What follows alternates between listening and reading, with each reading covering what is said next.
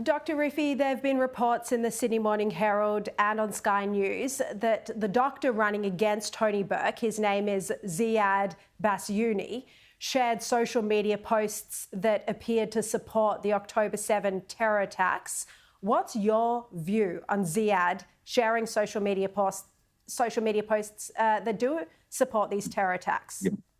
Sharri, when we actually made our Friends of Burke movement, we knew that Tony Burke is going to have some opposition. We didn't know who that opposition was. When Dr. Basyouni actually put himself forward, then it becomes known to us that he is also supported by the Muslims vote. We are against the Muslims vote in principle because we don't agree with faith-based parties. And I've known Dr. Ziad Basyouni for a while. We are general practitioners together, and we did a lot of work during COVID and before that.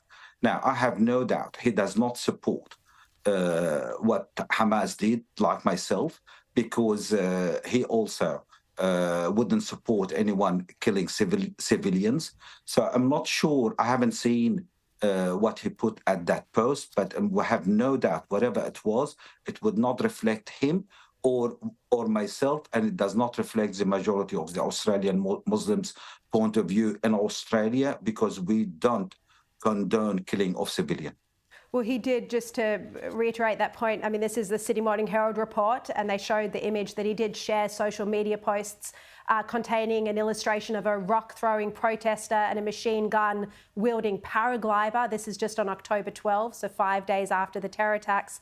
And the caption was, "Dreams, my friend, come true for those who seek and work to see them come true." And as we know, Hamas militants, Hamas terrorists, used paragliders to breach the border into Israel on October 7. He shared those. He didn't comment when the Herald went to him for comment. But do you think it would be dangerous having a politician in Canberra who had shared social media posts that appeared to support the terror attacks? Look, our population would know which politician would represent their view, and they will vote them in. People who have extreme view or who condone these movements, they will not be voted in without any doubt, in my view. Dr. Rifi, just finally, you know, we are seeing a rise in anti-Semitism in Australia. Are you worried about this? You've done a lot of work, interfaith work, in the past. Without any doubt, anti-Semitism and anti-Islamophobia, it will impact negatively on our unity as a nation. And also, I've always said that diversity is important, but unity in diversity is much more important. And what I have seen right now, unfortunately, it does not reflect the majority of the Australian population, but there are minority who are targeting people of the Islamic faith and the Jewish faith, and that is very unfair, and also impact on our social cohesion. We're definitely looking forward for the anti-Semitism's envoy to do her work, and hopefully there will be also an anti-Islamophobia envoy, because I know that the government is still searching right now. Well, I just wanted to actually ask you about that, because they were meant to be announced at the same time, an anti-Semitism and anti-Islamophobia envoy, but I hear you say the government's still searching for someone. I hear that the government hasn't been able to find anyone to do that Islamophobia role. Why would that be? No, I'm sure that there are plenty amongst us that actually are quite capable of doing the job.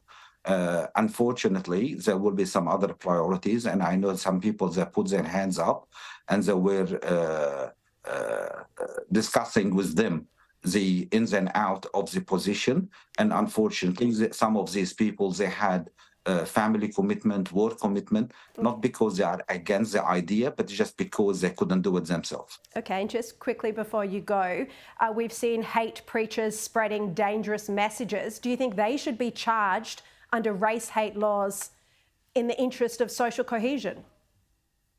Without any doubt, I reckon we are all well served with our current law and legislation. And if they can act within that, the law and the legislation, they should act on it. And if they are not, and they need more legislation, they will discuss it with our politicians and decision makers.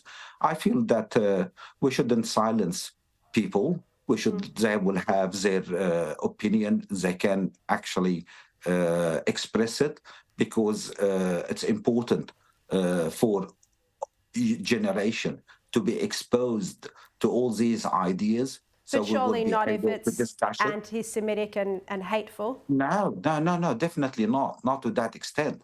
And look, these preachers in the Muslims community, to be honest, they have no impact whatsoever, because throughout the years we always discuss the existence of these opinion and ideas, and we tell them why we shouldn't follow them, and we give them also some resources so they can not to be impressionate about it.